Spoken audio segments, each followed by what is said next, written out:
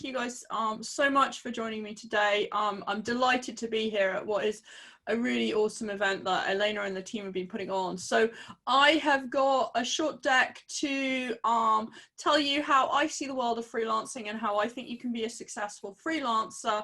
I've done something quite short. We're here for half an hour, and then let's have a discussion. So you've kind of preempted my who am I slide. I am a freelancer. I do have a portfolio career. My specialist sector really is screen and creative industries. So that's where I've been a freelancer pretty much all of my career. But I think what makes me different is that I've also got an MBA. So I can translate that sort of formal academic business training with my experience working in so many different creative companies and as a freelancer. And yeah, I just found an opportunity to I saw an opportunity on a consulting project that I was doing, realizing that freelancers weren't being served. People were they weren't being served with any literature on how to be a great freelancer. And I figured I knew quite a lot about it, having been freelance most of my career. So I just decided to set myself a challenge and see if I could write a book, and I did. And that started about 3.5 years ago, and now here I am. So really excited to be here. It was published in March, and for those of you not in the UK, it is on Amazon.com now, as well as being on Kindle and audiobook, which you get to hear me read. So why do clients work with me? They work with me because I transform creative ideas into a business reality, and that's really a common thread through all of the work that I do. And I could tell you exactly through each of these clients what I do in each aspect that is that common thread of transforming that idea, giving birth to the reality of that project for the client.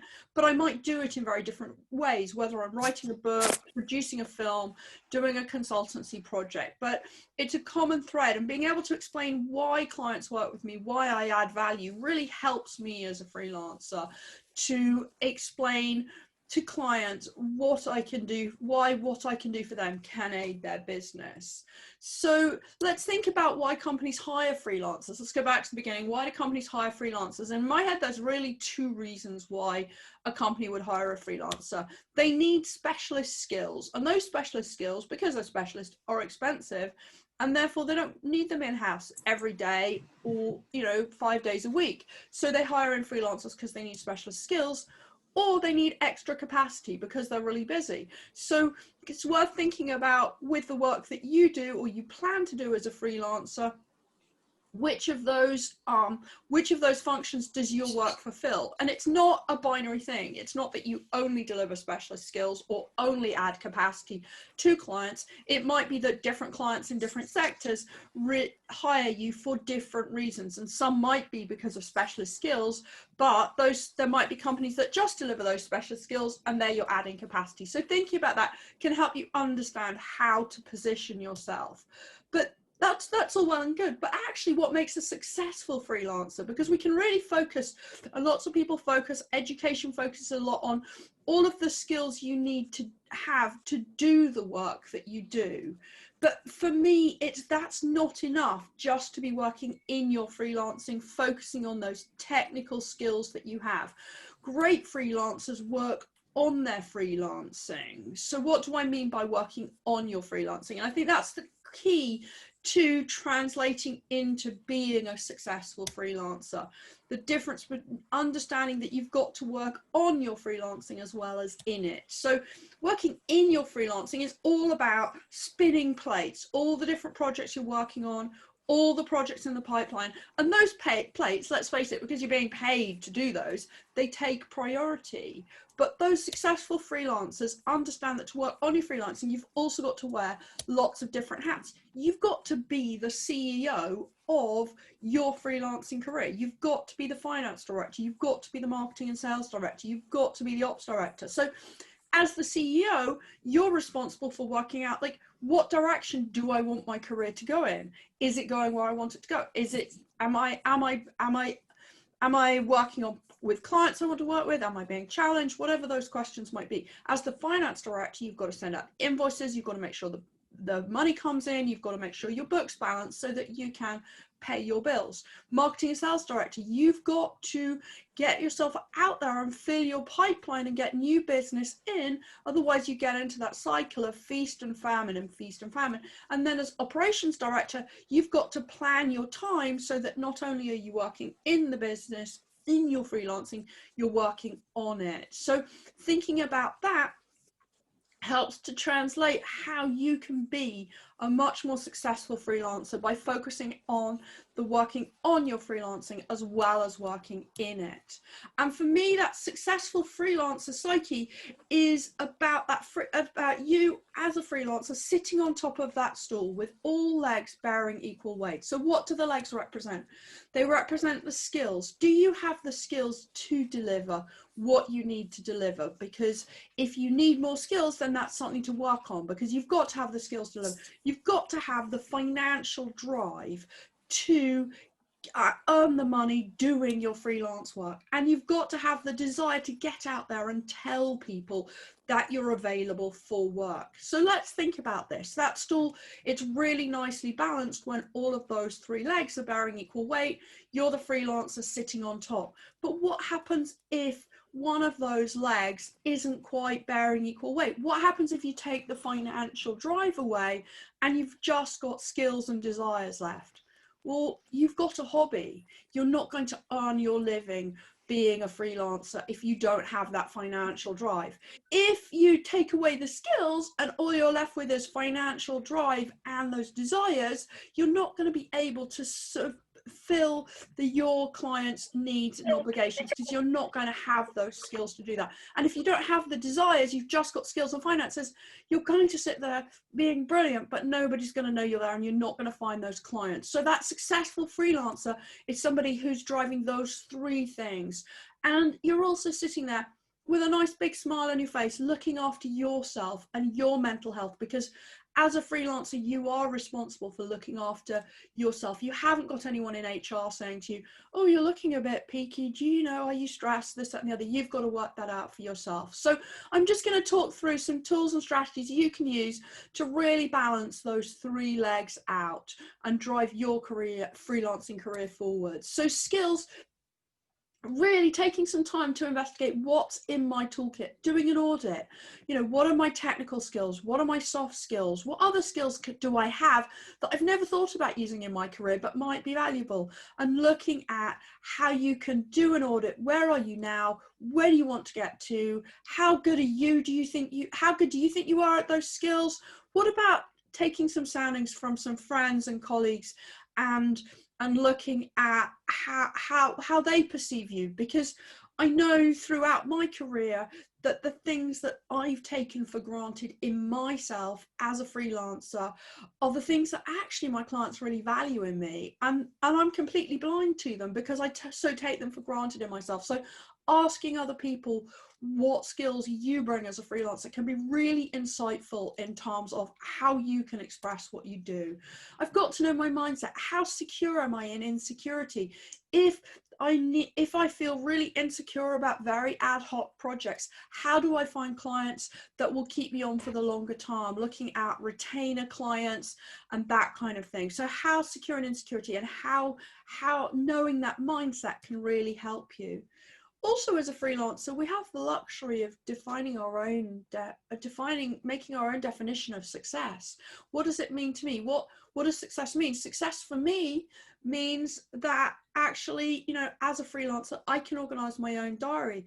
If I want to go out for lunch and see a friend, if I want to pick up the kids from school, if I want to organize my time differently, so I work in an evening instead of in the afternoon, because actually it's almost not raining today. You know, I could go out for a walk and catch up with my work later. As long as I'm doing what my clients need, success is for me about being able to be independent and organize my own time. It's not about comparing myself to the person sitting next to me and going, oh, they're climbing up the ladder faster than me. I don't need to worry about that. Success is all about inside me and how I define it. And importantly, when we think about our skills, it's understanding the utility, the value that I, as a freelancer, you as freelancers bring to your customers, to your clients. And increasingly questions that I'm being asked, particularly as we're coming through into the next stage of COVID-19, and we're seeing the change in the economies, in sectors, in opportunities. There are many sectors that are really, really struggling, but actually there are freelancers I meet who have hugely valuable skills, but they identify only as working in that sector. A theatre producer and filmmaker I know identifies as working in that space. It was only when she chatted that she realized actually what she did was made really difficult teams work together well, which she could do in any corporate environment. So what does that mean? Who are you when you take off that job label? What do you actually do for your clients, and how could you translate that? It's really valuable. If your sector's gone really quiet, you're struggling to find clients, looking for other places where you can work. And then from that, you can get a big blank sheet of paper and write down all the things that you can do. And in a minute, I'll show you how you can translate that into opportunities for clients. But first, let's think about finances. Finance is all about knowing what you need to live on, what you're worth. And so you do need to sit down and do that really boring spreadsheet that says my mortgage, my rent is this, I spend this on groceries, and get everything down, because that tells you how much you need to have in your bank every year after you've paid all your taxes. So then you've got to add back in the taxes. Then it gives you basically a sales target for the year. So then you can work out, how much do I need to earn? What could my day rate be? How much do I need per month to come into the account? And you can start build up your pricing. But it's really easy to underprice yourself and look at just trading time for money, rather than thinking about what is the value that I add for clients? Why do they come to me? What's that secret sauce? If I'm providing a service and that's adding to the sales for the company, or it's saving on the bottom line, it's taking them into a new market, it's adding new creative vision, that's a secret sauce. That's worth so much more than my day rate to that business. And when I can start thinking about things in that sense, I can really start transforming how I talk to my clients and where I add value and why they come to me.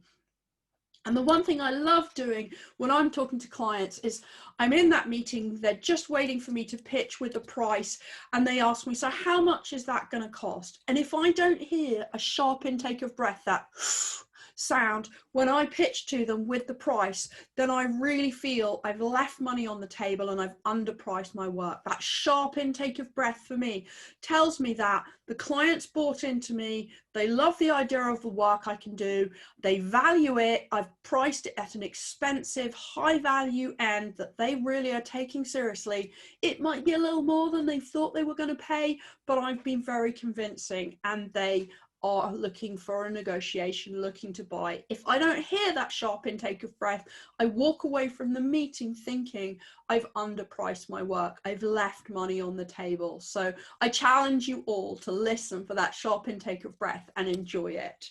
So the third leg of the stool is desires, is all about getting your message out there, your passion. And as a freelancer, you are your brand. You want to market yourself, as I said, at that luxury, desirable end. And that's all about thinking in terms of your customer and really understanding what business you're in. Now that sounds quite a trite question, what business am I in? But I've seen so many freelancers transform their clients, the